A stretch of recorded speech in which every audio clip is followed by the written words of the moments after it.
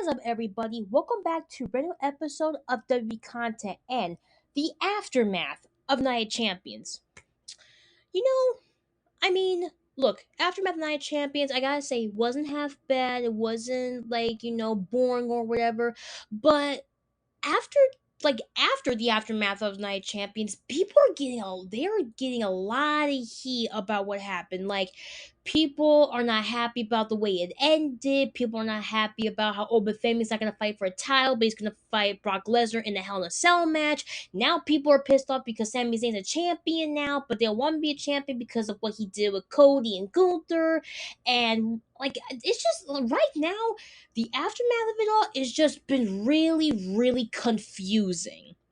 Like, again, with the Obafemi situation, people didn't like how he's not going to fight for a championship. He's going to fight in the Hell in a Cell match against Brock Lesnar.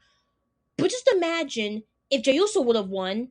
That would have been, oh my god, that would have been really bad from the start because he would have won. People wouldn't have liked it. He would have gotten the most dislikes on YouTube, and then on top of that, he probably would have fought Cody Rhodes for the title. And look how that would have turned out. Either if Sammy won, then it was going to be brother versus brother situation. If it was Gunther, we were going to have another WrestleMania rematch on our hands. And if it was Cody, what's there to say about that? Him and Cody have a history together because of Roman Reigns and the bloodline, so who knows how that would have happened if Cody won King of the Ring. But instead, a silver lining, though, we will get a Hell in a Cell match between Obafemi and Brock Lesnar. I'm sorry, but that match is probably way cooler than him fighting for a title. Think about it. The score is 1-1. It's a tie, and this time, they can't escape each other. It's Hell in a Cell match where you are trapped in a cage with somebody. There are tables involved, chairs, sometimes ladders, most of the time kendo sticks, a toolbox, razor blades, chains, and sometimes handcuffs. And if we are lucky, handcuffs, as always, because it would be pretty funny to see them with the handcuffs and they tie each other to the rope or something. That would be pretty funny, not gonna lie. But like I said, in all honesty, Oba and Brock in a Hell in a Cell, I'm excited about that because that is going to be off the charts at SummerSlam. Speaking of SummerSlam, so far, we still have a title match between Io Sky and Liv Morgan. Now, with that in mind, we might, honestly, we could get history repeating itself because around this time 2 years ago, it was Liv and Rhea for the title. Dominic was ringside, and then he betrayed Rhea, went with Liv, and thus starting the whole Liv and Dom situation where they were together and she had the title. And of course, Rhea wanted to beat the crap out of her and of Dominic, of course. But now this is SummerSlam where she's fighting for the title again. But I think that it's one of the Judgment Day girls is gonna betray her for the title, either Roxanne Perez or her best friend Raquel Rodriguez. Now, I'm not saying that I'm not saying that everything's all fine and dandy between them because it's not. Like, we've seen them bickering from time to time. We've seen Liv Morgan caring more about Dominic than she has with Raquel or Roxanne in the process of the Queen of the Ring tournament.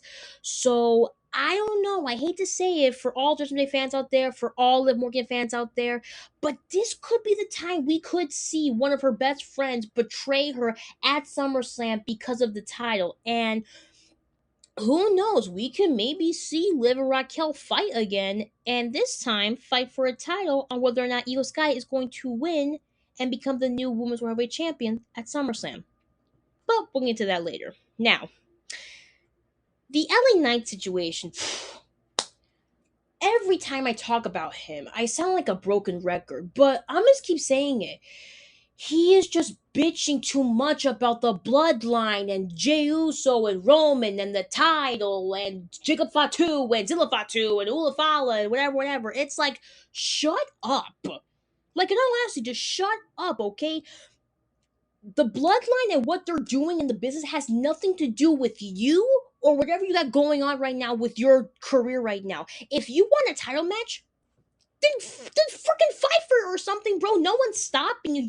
No one's telling you, no, you can't fight Roman Reigns. No, you can't fight Sami Zayn for a title. No one is stopping you, so go ahead and fight. Like, like make a match between Roman happen at One Night Raw or something, or make a match happen between you and Roman at Saturday main event coming up in 2 weeks. Bertie, yeah, how about you talk to Nick Aldis at SmackDown? Like, hey, can I fight Sami Zayn for the title? Like, bro, you are just complaining so much about it, and then you complain so much about the Usos that Solo Sikoa helps you, and you still bitch about it.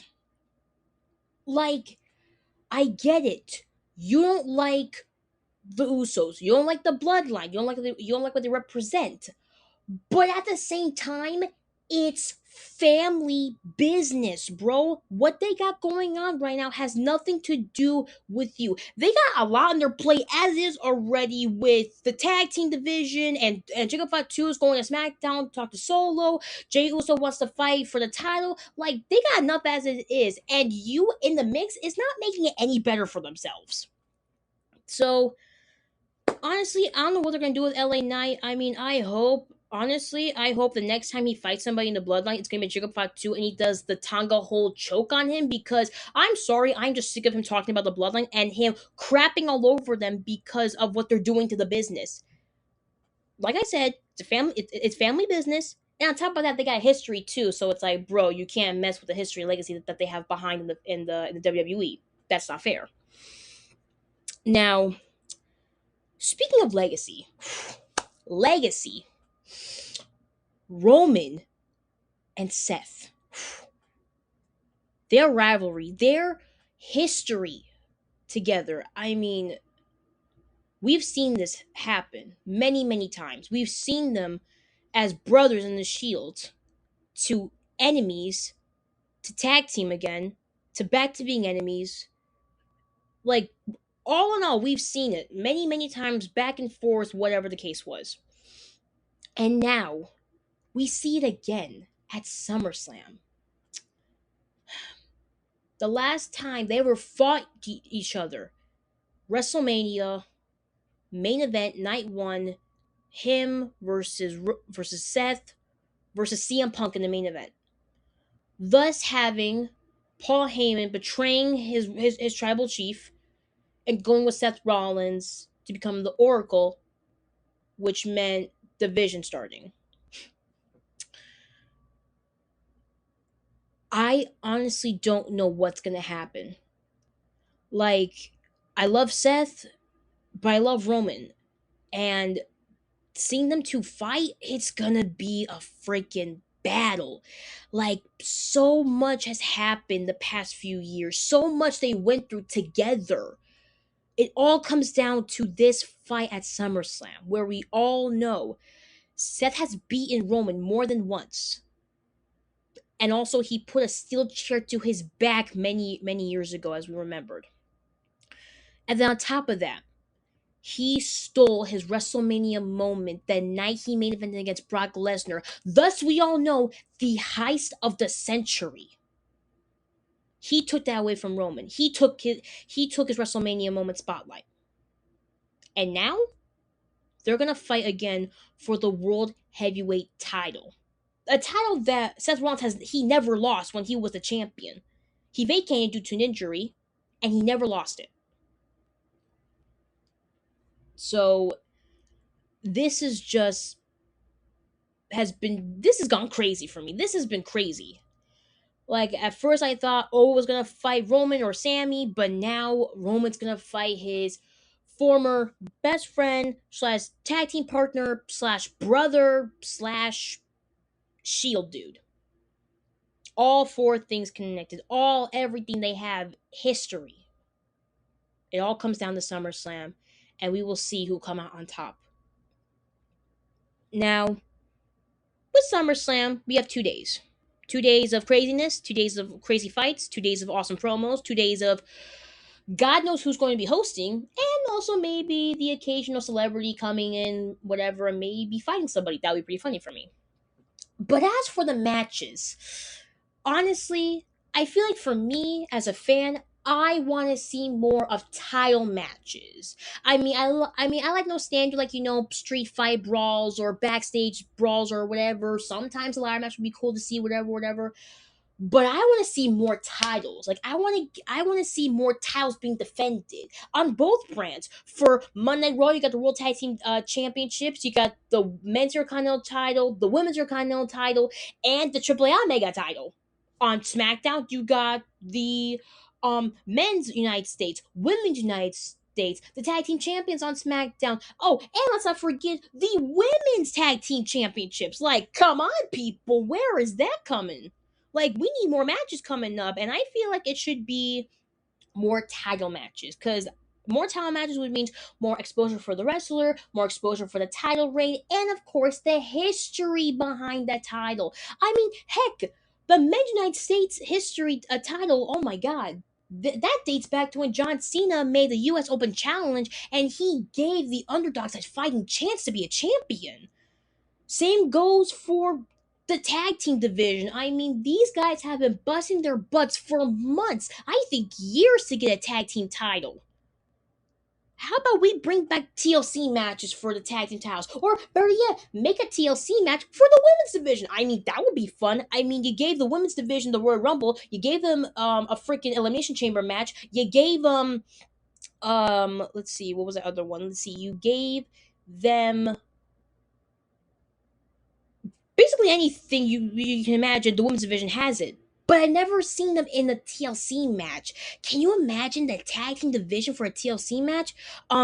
Fatal Influence, Brie and Paige. Let's see who else. What other tag team for the women's division? Oh, right, Raquel and Roxanne. Like, can you imagine the moves they would do in that ring for a TLC match for the championships?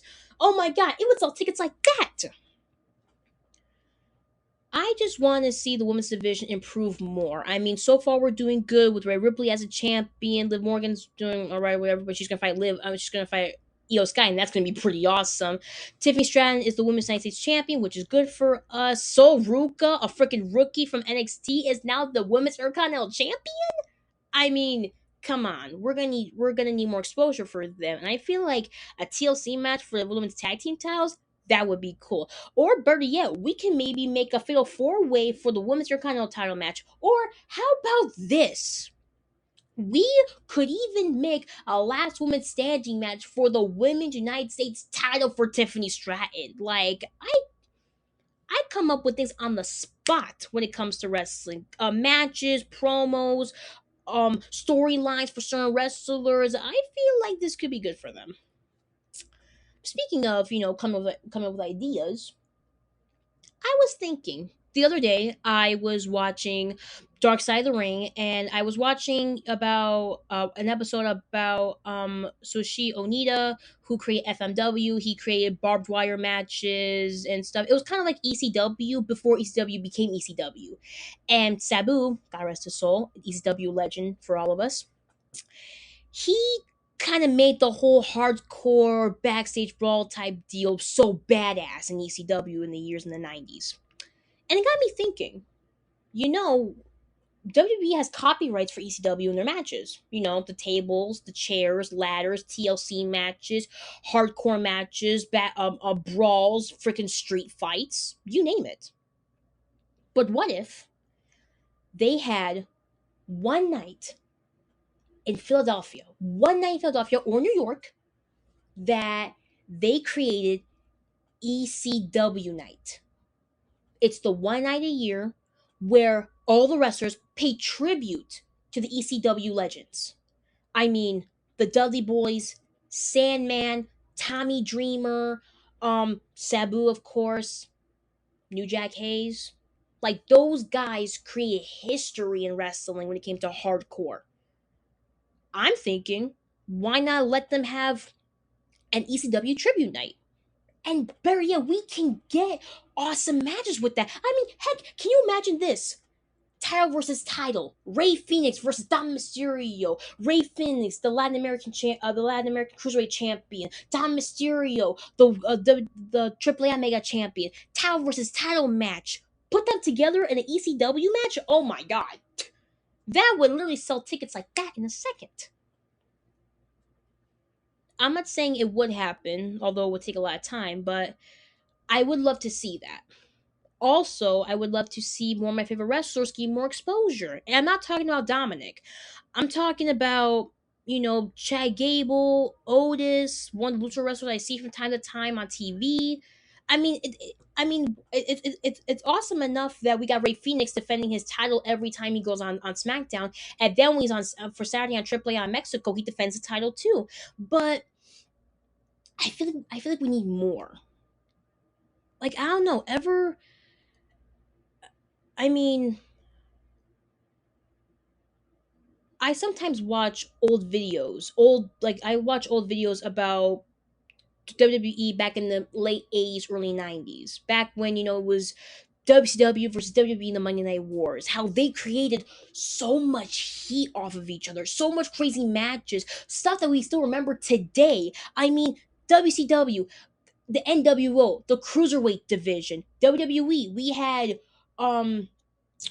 DX, we had let's see, we had legends coming back and taking over the entire Attitude Era. We had newcomers coming in and making it the coolest Attitude Era ever, thanks to The Rock, Stone Cold Steve Austin, Triple H, China. Like, these guys, these people in the 90s made it memorable. To 2000s, it was freaking badass all around when it came to lose aggression, thanks to John Cena, Eddie Guerrero, Rey Mysterio, Randy Orton, Batista. Come on, guys.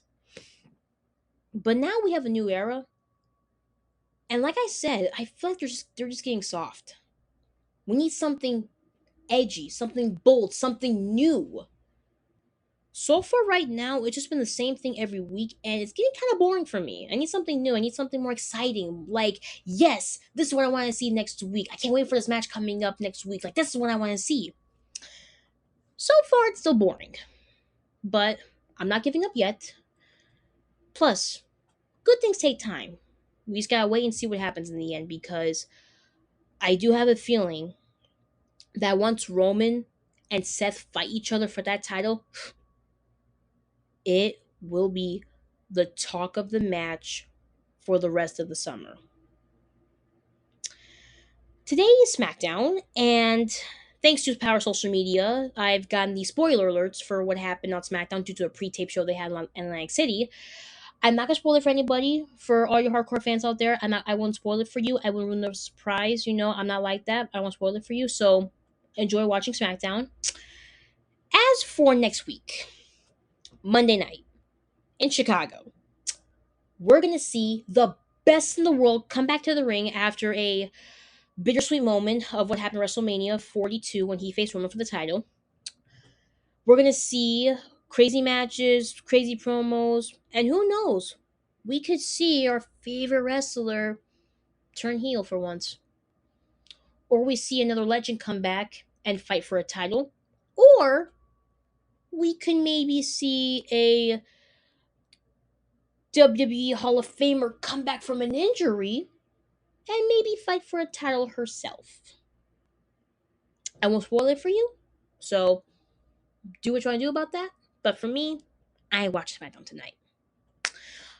But I will watch Triple A tomorrow. Of course, tomorrow being the 4th of July. Happy 4th of July to everybody out there. Early time. And just wait, and it's gonna be awesome.